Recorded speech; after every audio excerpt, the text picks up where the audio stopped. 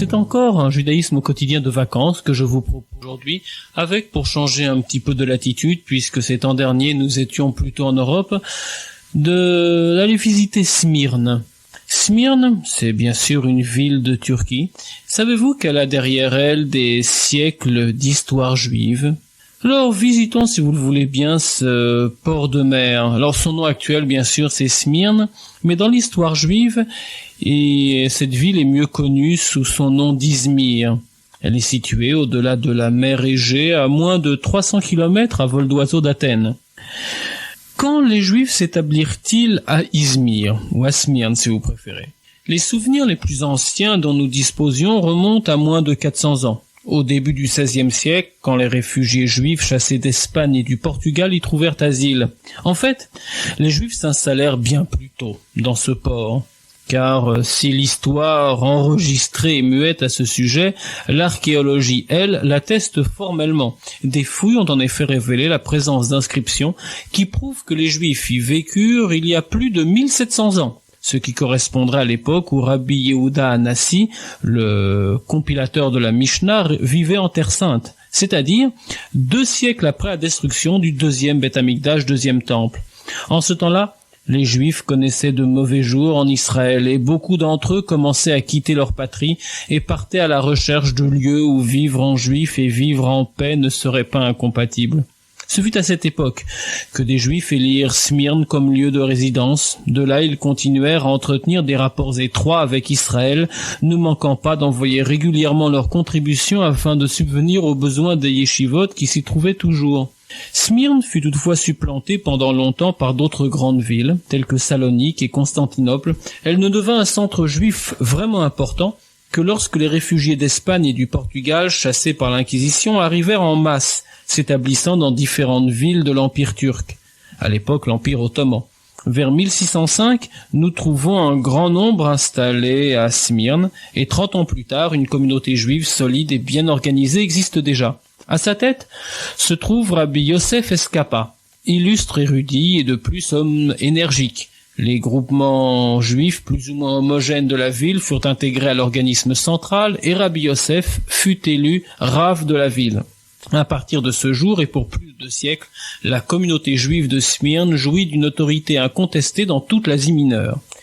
L'importance de Smyrne comme centre culturel est attestée par le fait qu'une imprimerie juive y est installée en 1660, 25 ans après la mise en place de l'organisation centrale de la communauté.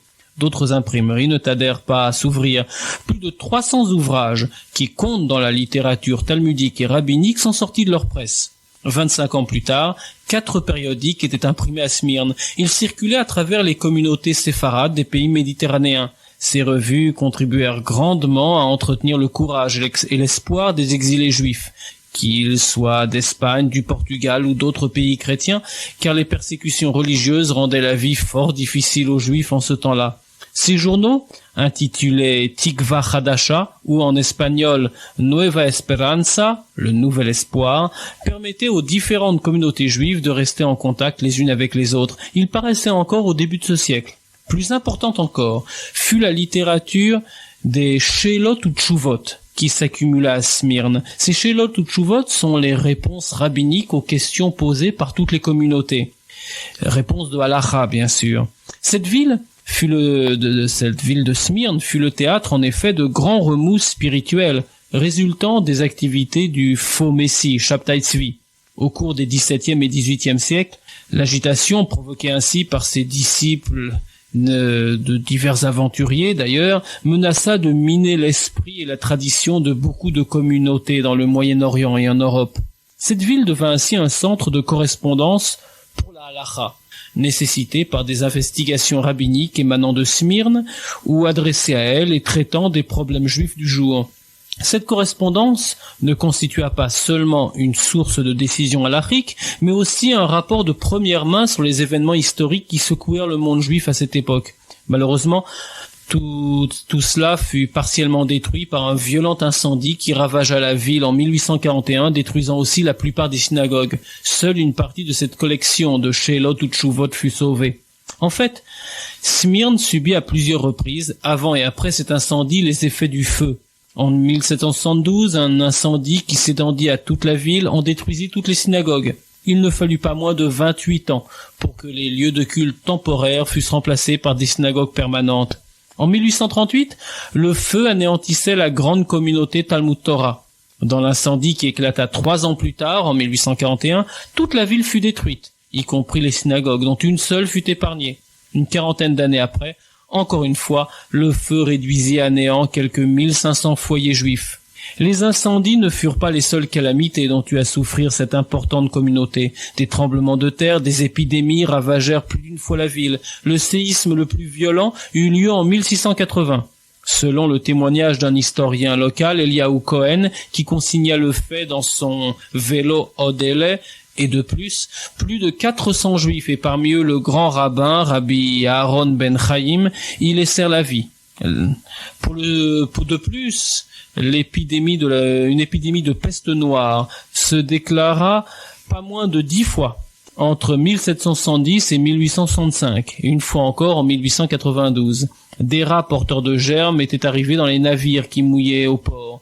Ils propagèrent dans la ville la maladie. Nombreux en furent les victimes, surtout dans le quartier juif. Comme si ces malheurs n'étaient pas suffisants, les Juifs de Smyrne eurent à souffrir souvent des accusations de meurtres rituels. Les Arméniens et les Grecs, que des rivalités commerciales opposées aux Juifs, en furent les instigateurs. Bien des Juifs innocents payèrent de leur vie ces fausses accusations, auxquelles on ajoutait souvent celle de répandre délibérément la peste noire. En ces occasions, on excitait la populace qui attaquait alors les Juifs et se livrait au meurtre et au pillage. Les chroniques du temps font état d'un bon nombre d'explosions populaires semblables contre les Juifs, mais aussi des actions héroïques de ces derniers, obligés de se défendre contre un ennemi bien supérieur en nombre. Dans le quart de siècle, entre 1864 et 1888, il y eut 5 accusations de meurtre rituel, suivies d'attaques contre les Juifs. Cela dura jusqu'en 1901, année où ces troubles eurent lieu pour la dernière fois. Beaucoup de Juifs de Smyrne parvinrent à une situation sociale élevée. Ils occupèrent souvent de hautes fonctions ou des postes de responsabilité. Citons Moïse Sonsino, qui fut contrôleur des douanes du port, Chaim Polako, chef de la communauté pendant de nombreuses années, Danon de Smyrne, l'un des médecins les plus réputés du Moyen-Orient, qui occupait le poste de directeur du bureau médical du gouvernement. Depuis l'établissement de la communauté, les Juifs avaient leur propre école de médecine, ce qui leur permit, contrairement à ce que soutenaient leurs calomniateurs, d'apporter une contribution précieuse aux recherches tendant à enrayer les ravages de la peste noire. Les 2 frères, Bechor et Azaria Strugo, avec Avraham Castro, s'acquirent une réputation mondiale dans ce domaine. Un autre médecin juif, Fano Pacha, devint le chirurgien en chef de l'armée turque. Ces grands personnages et d'autres aidèrent la communauté juive de Smyrne aux heures de détresse, construisant et reconstruisant leurs frais des synagogues, des yeshivot, des hôpitaux, des orphelinats, des maisons de retraite pour les vieux.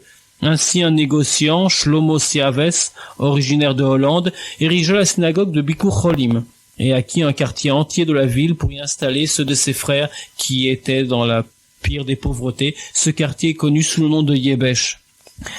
Parmi les érudits de Smyrne, nous avons déjà cité Rabbi Yosef Escapa, fondateur de la communauté. La difficulté qu'éprouvait celle-ci à choisir entre lui et Rabbi Azaria Yoshua Ashkenazi l'avait amené à les mettre tous deux à sa tête. L'un et l'autre remplirent en effet conjointement les fonctions de Rav. Citons encore Rabbi Chaim et Rabbi Israël de la famille Benveniste.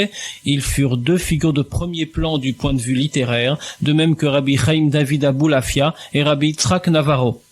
Au milieu du XVIIIe siècle, les Juifs de Smyrne furent un commerce particulièrement actif avec tous les pays d'Europe, et beaucoup d'articles d'Orient tels que les tapis, les fruits, les soieries, les huiles, les parfums, les minerais et les pierres précieuses furent pendant de nombreuses années l'exclusivité presque totale de puissantes maisons de commerce juives de cette ville. Mais malheureusement, les catastrophes naturelles, les épidémies, la guerre, bien sûr, la dernière guerre surtout, et les menées antisémites ont prélevé leur lourd tribut. C'était plus qu'il n'en fallait pour que la population juive fût peu à peu dépouillée de son ancienne splendeur. La communauté juive de Smyrne, à l'instar de celle d'Istanbul et d'autres villes, n'a guère plus retrouvé son ancienne gloire depuis lors. Shabbat shalom à tous.